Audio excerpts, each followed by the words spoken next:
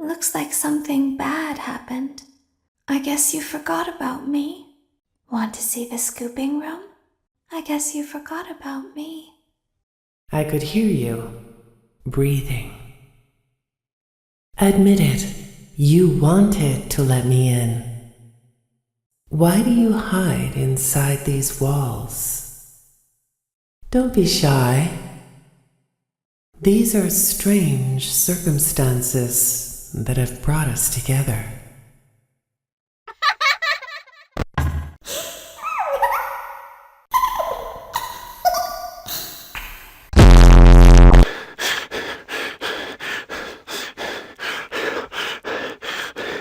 He promised them to never leave them. Now I will tell you a story. But he could not choose. He pieced the remains together.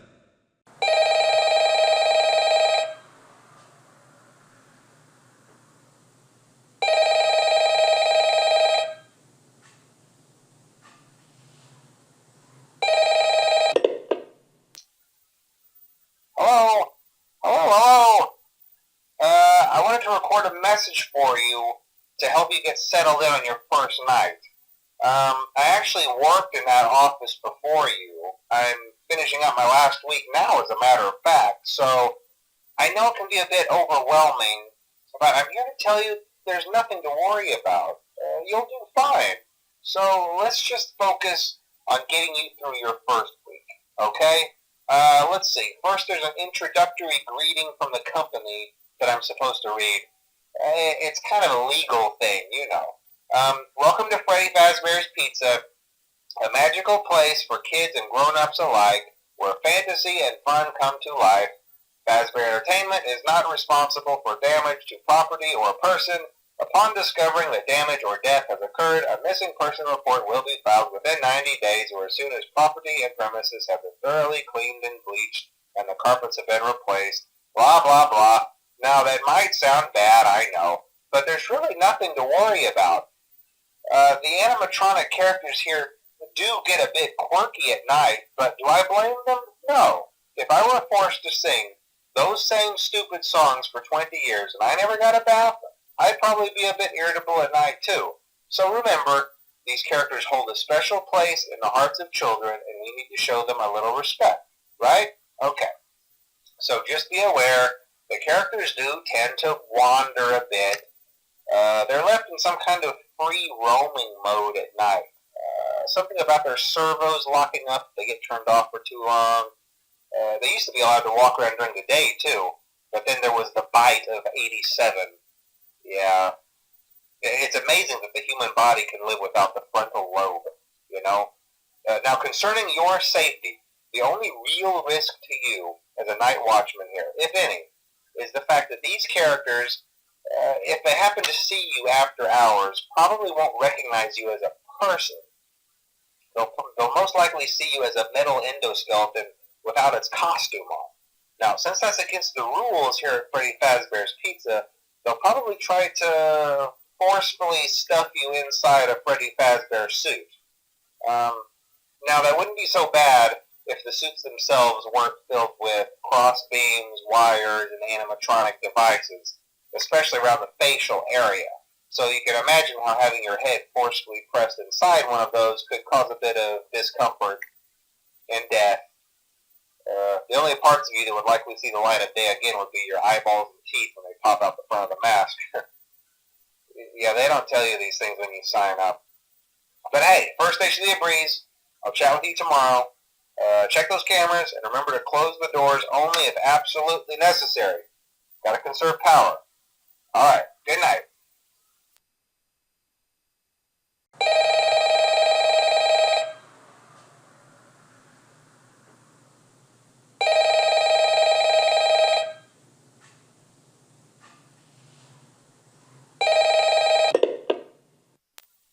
Hello? Hello? Well, if you're hearing this and you made it to day 2, congrats. I won't talk quite as long this time since Freddy and his friends tend to become more active as the week progresses. It might be a good idea to peek at those cameras while I talk, just to make sure everyone's in their proper place, you know. Interestingly enough, Freddy himself doesn't come off stage very often. I've heard he becomes a lot more active in the dark, though, so hey, I guess that's one more reason not to run out of power, right? I also want to emphasize the importance of using your door lights. There are blind spots in your camera views, and those blind spots happen to be right outside your doors. So if you can't find something or someone on your cameras, be sure to check the door lights. You might only have a few seconds to react. Not that you would be in any danger, of course. I'm not implying that. Also, check on the curtain in Pirate Cove from time to time. The character in there seems unique in that he becomes more active if the cameras remain off for long periods of time. I guess he doesn't like being watched. I don't know. Anyway, I'm sure you have everything under control. Talk to you soon.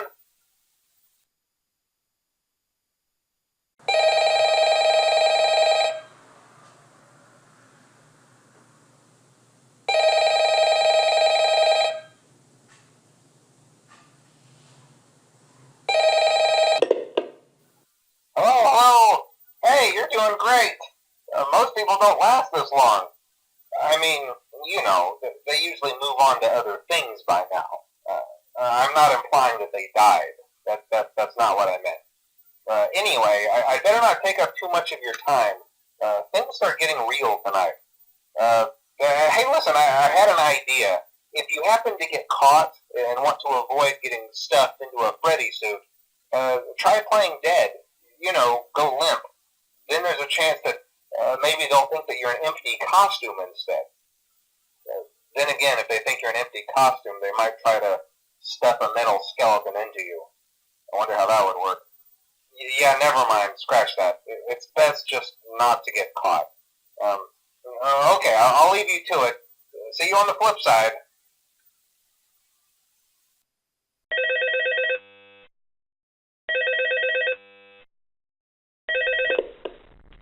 Hello? Hello and welcome to your new summer job at the new and improved Freddy Fazbear's Pizza. I'm here to talk you through some of the things you can expect to see during your first week here and to help you get started down this new and exciting career path. Now, I want you to forget anything you may have heard about the old location, you know. Some people still have a somewhat negative impression of the company. That old restaurant was kind of left to rot for quite a while, but I want to reassure you, Fazbear Entertainment is committed to family fun and above all, safety. They've spent a small fortune on these new animatronics. Facial recognition, advanced mobility, they even let them walk around during the day. Isn't that neat? But most importantly, they're all tied into some kind of criminal database so they can detect a predator a mile away. Heck, we should be paying them to guard you. Now that being said, no new system is without its kinks. You're only the second guard to work at that location. The first guy finished his week, but complained about conditions. We switched him over to the day shift. So, hey, lucky you, right? Mainly he expressed concern that certain characters seemed to move around at night and even attempted to get into his office. Now, from what we know, that should be impossible. That restaurant should be the safest place on Earth. So while our engineers don't really have an explanation for this, the working theory is that the robots were never given a proper night mode.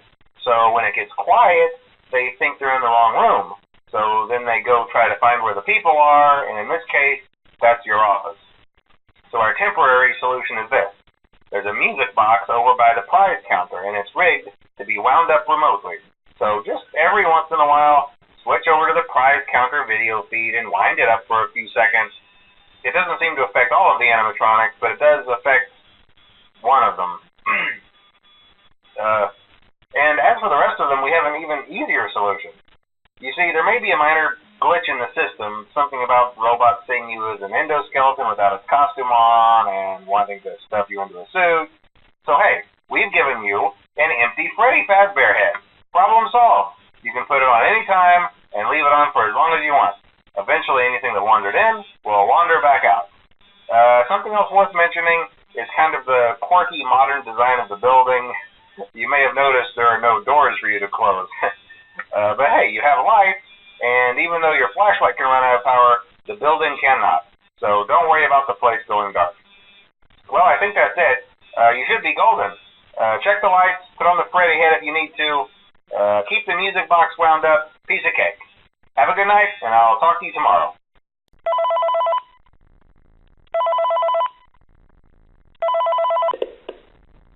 Hello. For today's lesson, we will be continuing our training on proper suit handling techniques. When using an animatronic as a suit, please ensure that the animatronic parts are tightly compressed and fastened by the spring locks located around the inside of the suit. It may take a few moments to position your head and torso between these parts in a manner where you can move and speak. Try not to nudge or press against any of the spring locks inside the suit. Do not touch the spring locks at any time. Do not breathe on the spring locks, as moisture may loosen them and cause them to break loose.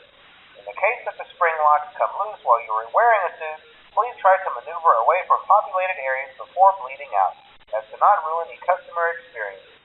As always, if there is ever an emergency, please go to the designated safe room.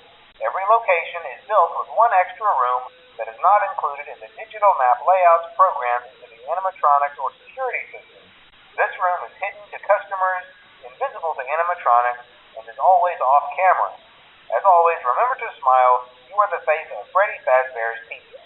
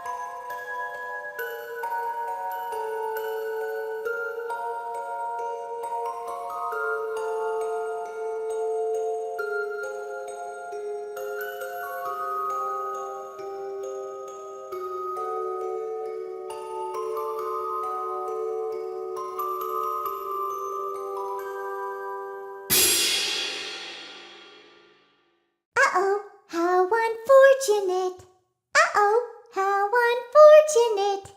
I'm gonna do a sneaky thing and throw a new contender in the ring. Uh-oh, how unfortunate. Uh-oh, how unfortunate. I know how much you like to fight, so I'll add a new problem to your night. Please deposit 5 coins. Please deposit 5 coins. Don't get distracted. Look at those ears. Those amazing ears. He'll be mine by the end of the day. I just know it.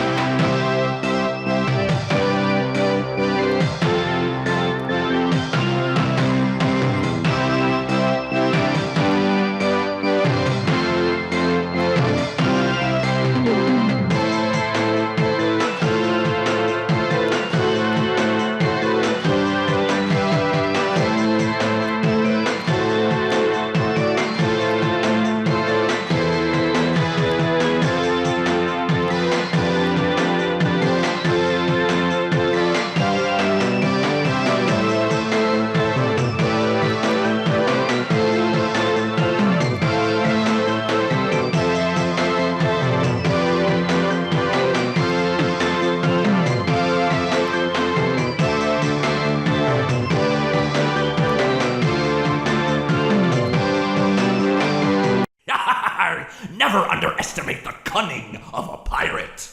Or a fox, for that matter. Arg, you never stood a chance.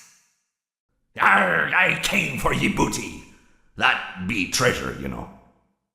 I can't run like I used to, but I can pull myself apart just fine.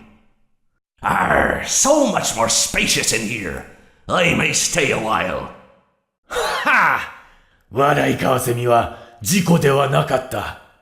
私は死ぬ日までそのバカなクマをトロールするつもりだ。それではまた我が人生と目的の状態について何が言えるか。目的はあるのか？私はそれを持っていたのか？それは深い謎だ。怒りの道場に座って解決できないと思う。それは自ら呼ぶもの。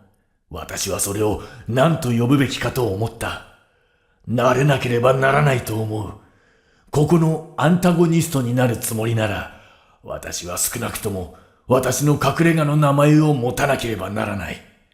私は自分の時間と何か関係があるのか？はぁ！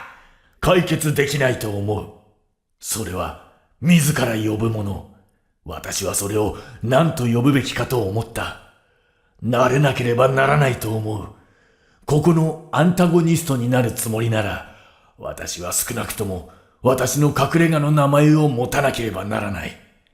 私は自分の時間と何か関係があるのか？私にはキャラクター開発の余地がなく、私の隠れ家という名は少し物を追加するためにできることのほんの一部だ。だから私は一緒に行った。怒りの道場。それは私にはとても恐ろしく聞こえる。しかし、私は何を知っている？私は池に浮かぶのが、瞑想するのにとてもいい環境であることを発見した。しかし、私は誓ってもいい。そのバカなクマは普通、最初にそこに着く。それは私のせいではない。クマは早く目を覚ます。本質的にだ。私が最初にそこに着く唯一の時期は真冬だが、彼は冬眠していると思うし、とにかく池が凍りついているので誰かが気にする。私はちょうど氷の上に横になり、私の下で凍った魚を見つめている。凍った池の上に寝るのは瞑想には理想的だという人もいるだろう。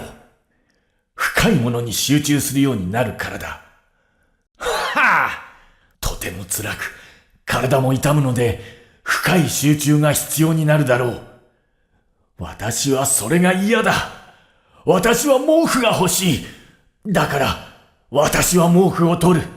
私は誰が言っているか気にしない。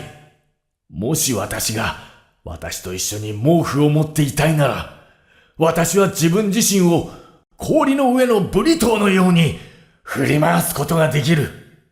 それが私がやることだ。私はしばしば昼寝するだけだが、私はまだそこで仲介することができる。彼はあまりにも多くのものを持っていた。それは本当だが、それは彼がとても悪臭を目覚めさせた理由ではない。私は実際に久々に馬小屋から集めていた紙を使ってアルパカの衣装を痛烈に作った。私は実際にはもともとかの窓の外でいくつかの厄介な音作りを計画していたが、その後彼は飲酒の谷に落ちた。そしてそれは私の誕生日のようだった。だからもちろん私は彼をトラックから引きずり出し、しばらくの間アルパカの糞で彼を巻き込んだ。とても楽しい。私は写真をオンラインで投稿したが、最初に友人に見せてもらう必要がある。誰にでもあんたの写真を見せることができる。そこにはたくさんの変人がいる。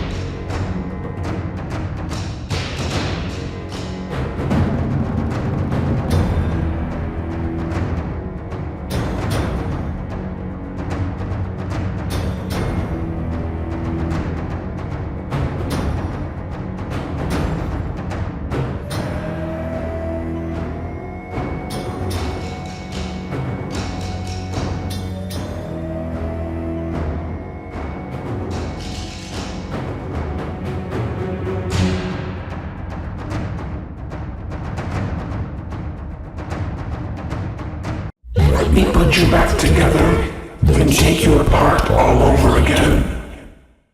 Let's see how many times you can be pulled apart. I assure you, I am very real. This time, there is more than an illusion to fear. We know who our friends are, and you are not one of them.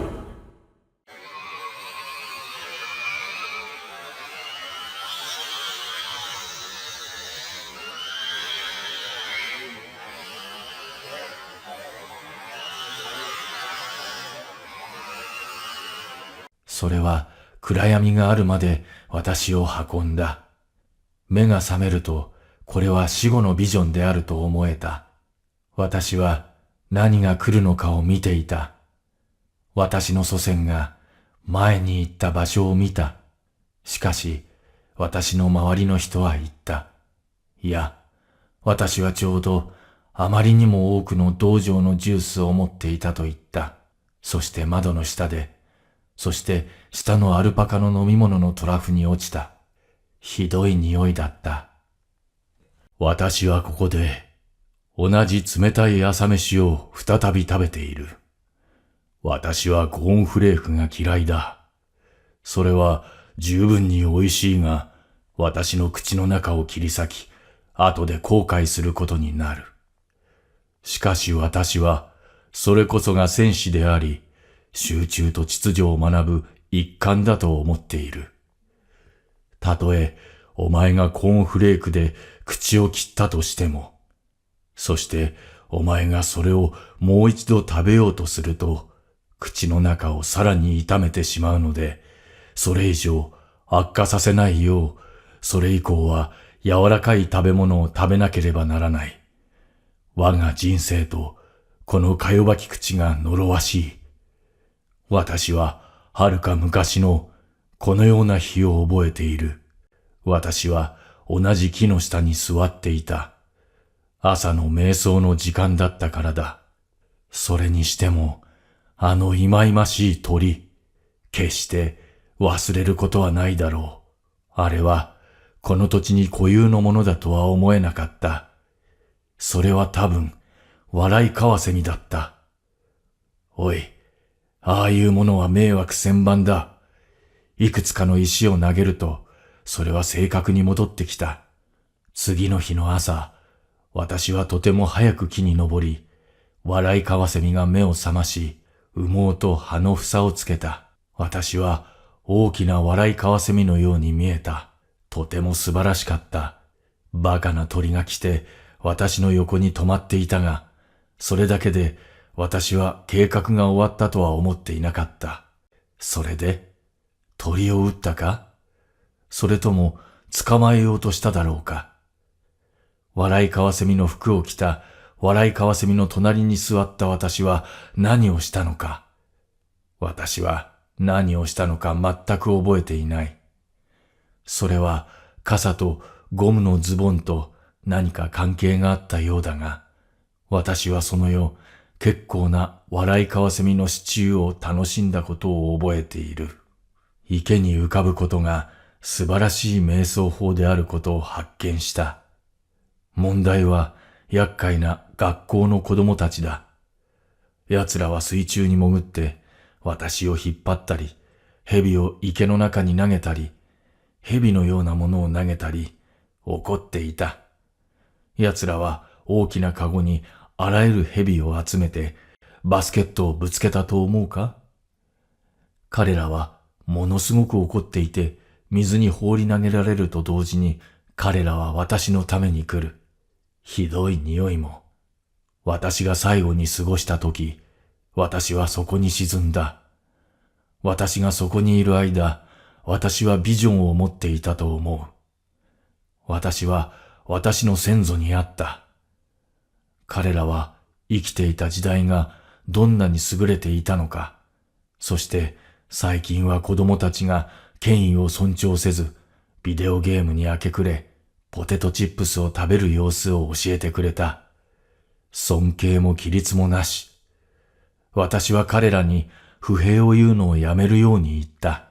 私は人生において先祖のビジョンを探してきた。そしてついに、私は最終的に一つのものを得た。私が去ることができるかどうか聞いたところ、彼らは私を目覚めさせた。私は水面に戻り、泳いで家に帰ったが、結果は出なかった。あなたは決して祖先を怒らせることはない。今私は肩の後ろにこの口を持っている。夕べ、空に浮かぶ夢を見た。その後まっすぐ立って星の海に落ち、まるで下に見えないベッドがあるように着陸した。それは暗闇があるまで私を運んだ。目が覚めると、これは死後のビジョンであると思えた。私は何が来るのかを見ていた。私の祖先が、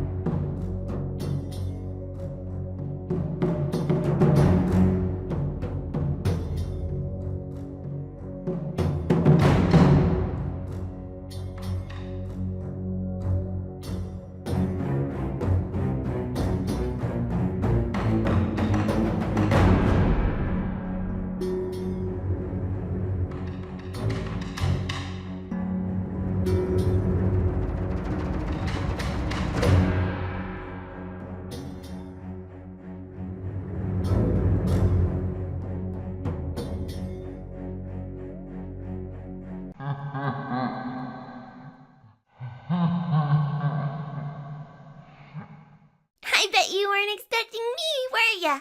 Turn your back for 1 second and I'm like, wazoo! Ninja skills. You and I don't get to talk as often as I'd like. Everyone underestimates me, but then they turn their back and I'm like, boo! And they're like, what? Move over, Freddy Fazbear. Happy Frog is the new star of the show. We've only just begun. I will never let you leave. I will never let you rest. It seems you couldn't make it to my show, so I brought the show to you. Show times are on the hour, not a moment before and not a moment later. It's time to take your final bow. I'm sorry, but there was never enough room on this stage for both of us. A performance was demanded of me, and now I have delivered. Encore!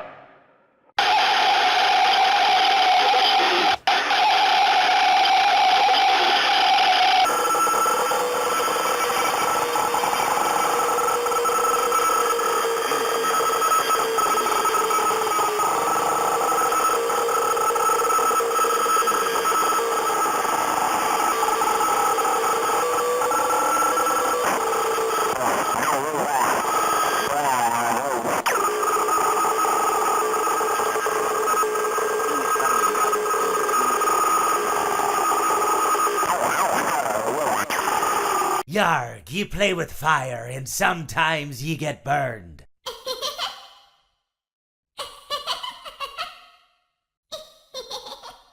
You are attempting to trick Freddy! You are attempting to... Freddy doesn't like this. There is only one thing that could possibly go wrong.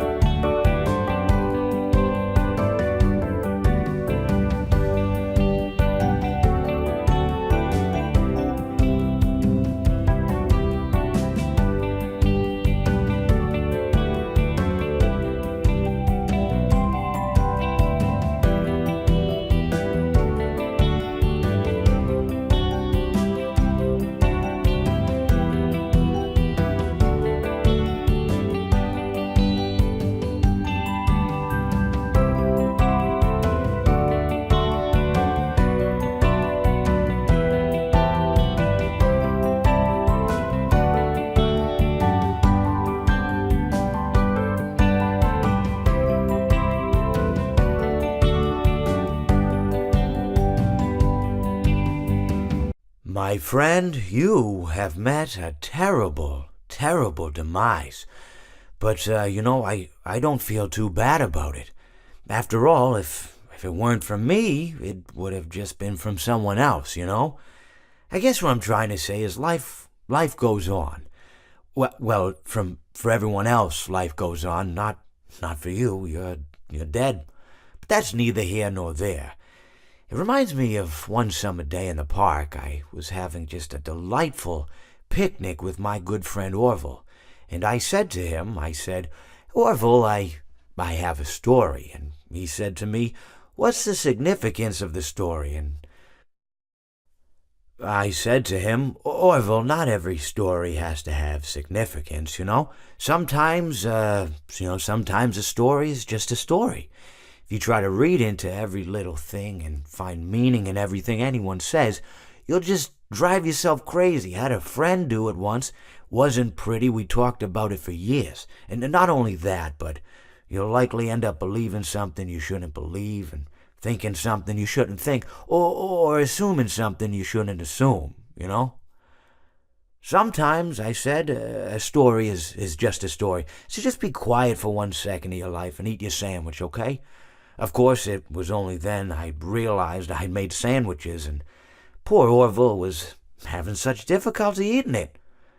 Elephants have those clumsy hands, Actually, I suppose that's the problem.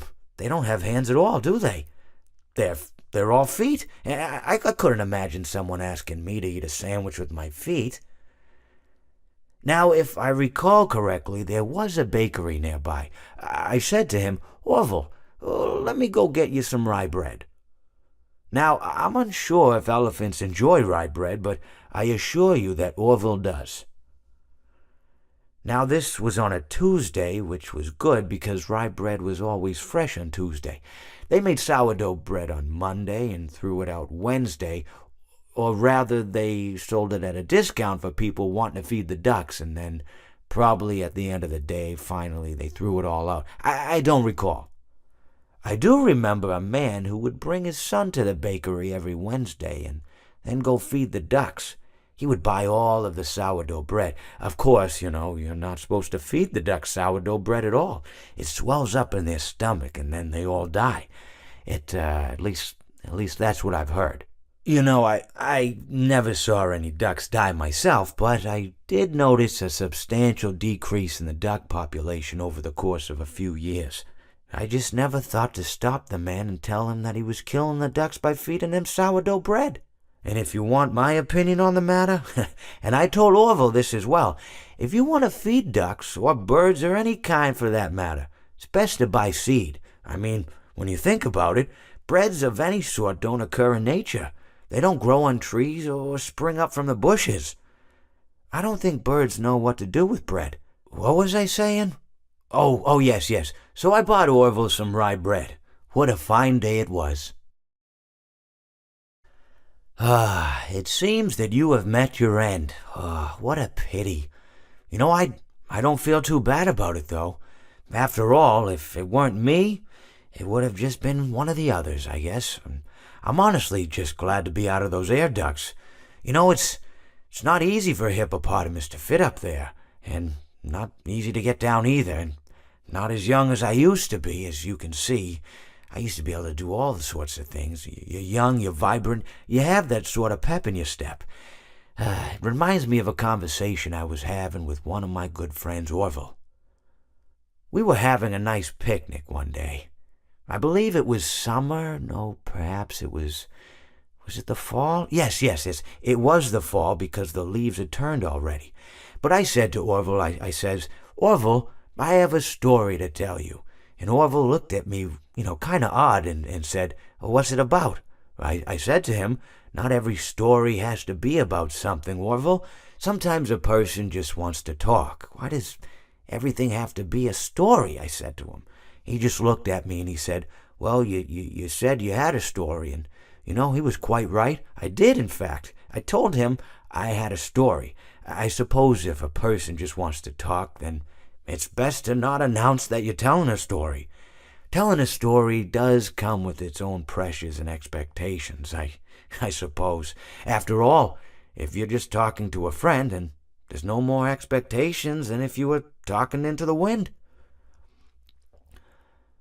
Words by themselves aren't expected to carry, aren't expected to stick. But if you announce you're telling a story, well then, there'd better be a point to it all, No one wants to sit and listen to someone ramble on and on and on with absolutely no end in sight. So, it's good to be mindful that when you tell someone that you're about to tell a story, that you have something to say. Telling someone that you're going to tell them a story is tantamount to asking them to stop what they're doing and pay attention. You're basically saying, hey, buddy, stop everything. Stop what you're thinking. I have a solution to everything. And, well, I didn't really have any story to tell. In hindsight, I probably just misspoke when I said that I had a story. I think it would have just been better to tell Orville that I wanted to tell him something rather than tell him that I had a story. But even then, it might have put too much importance on the whole thing. Either way, it was quite a nice day. I remember that we were drinking tea. Well, it seems that your journey has ended. Very sorry about that. It was always going to end this way, of course. If it weren't by me, it would have just been by some other, terrible thing. Just, you could not imagine how terrible it would be. Just, I get scared thinking about it. I'm glad it's not me. It reminds me of a time I was speaking to my good friend Orville. We were sitting on a park bench watching the pigeons. I was on the left, he was on the... Oh, wait, was I on the right or left? Anyways, it doesn't matter. We were sitting on there watching the pigeons. And I said to Orville, "Friend, those birds are frozen." And he kind of looked at me like I'd lost my mind. But I reminded him that it was winter, and often birds will sit in a tree until they freeze. And then they sort of fall to the ground until the sun warms up and they can, move around again. So I said to Orville, "You might as well save those breadcrumbs until the birds thaw, because they can't very well enjoy them in the condition they're in."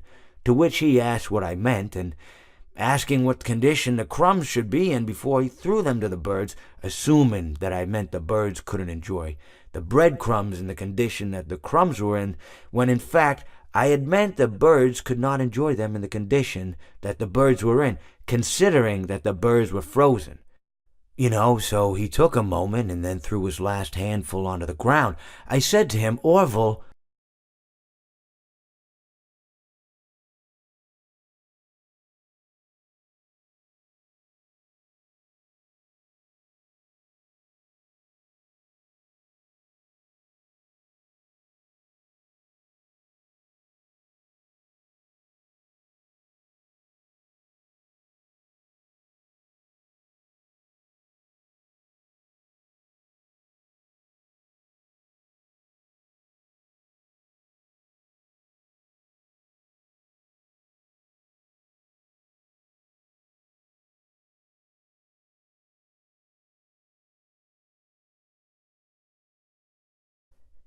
it seems that you have met a horrible demise, my friend.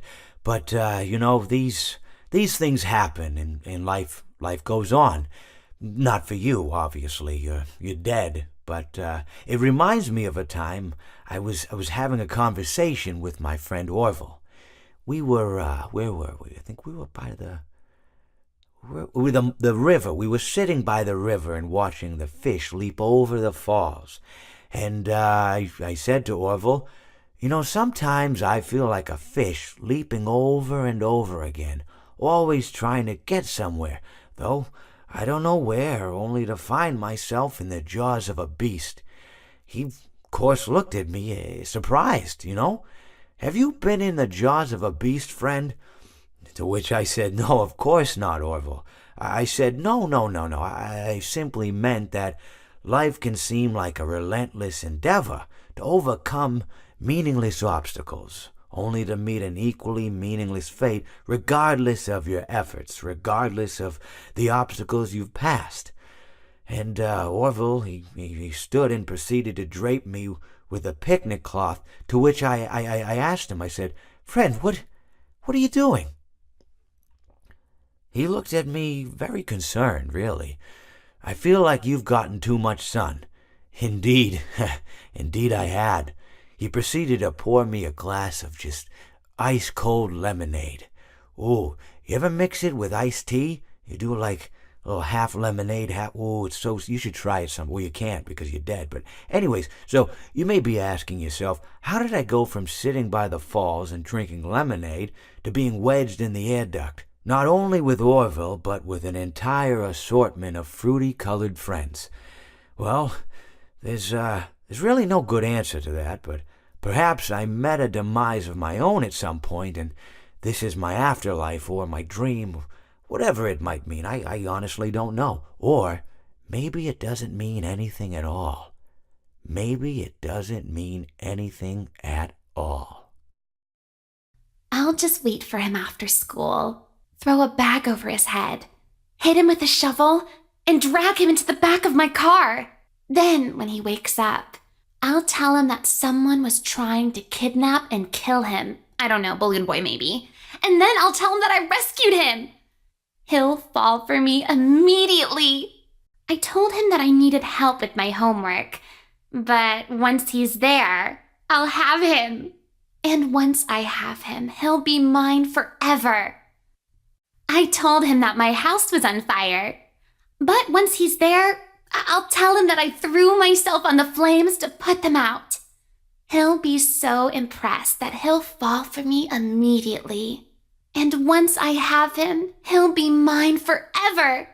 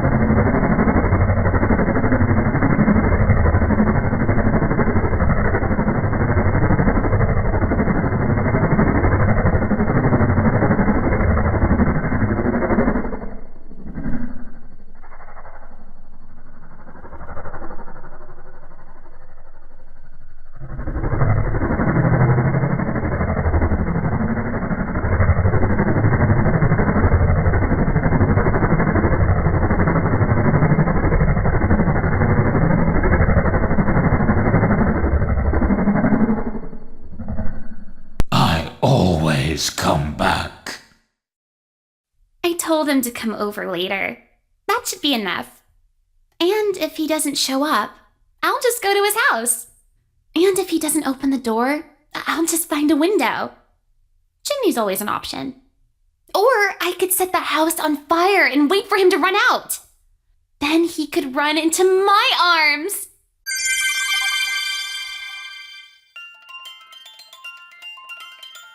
Did things get really hot in here, or is it just me? Come and burn with me. The fire within me burns eternal, and now you shall as well. I am a burning reminder of your misdeeds. Greetings from the fire, and from the one you should not have killed.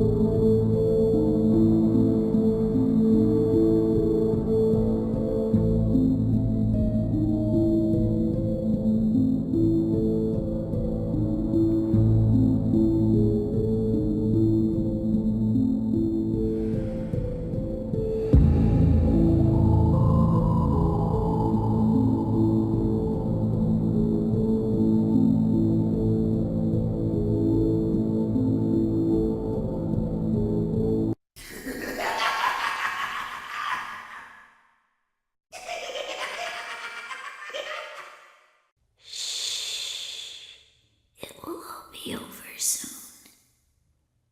Shh. There is room for one more. Shh. Come spend eternity inside with me. Shh. I've been looking for you, and now I will never let you go. Shh. I'm so glad that I found you. Let me make room for you. I told him that I've taken several live hostages at my house, but once he's there, I'll tell him that I let them go because I love him. He'll fall for me immediately. And once I have him, he'll be mine forever.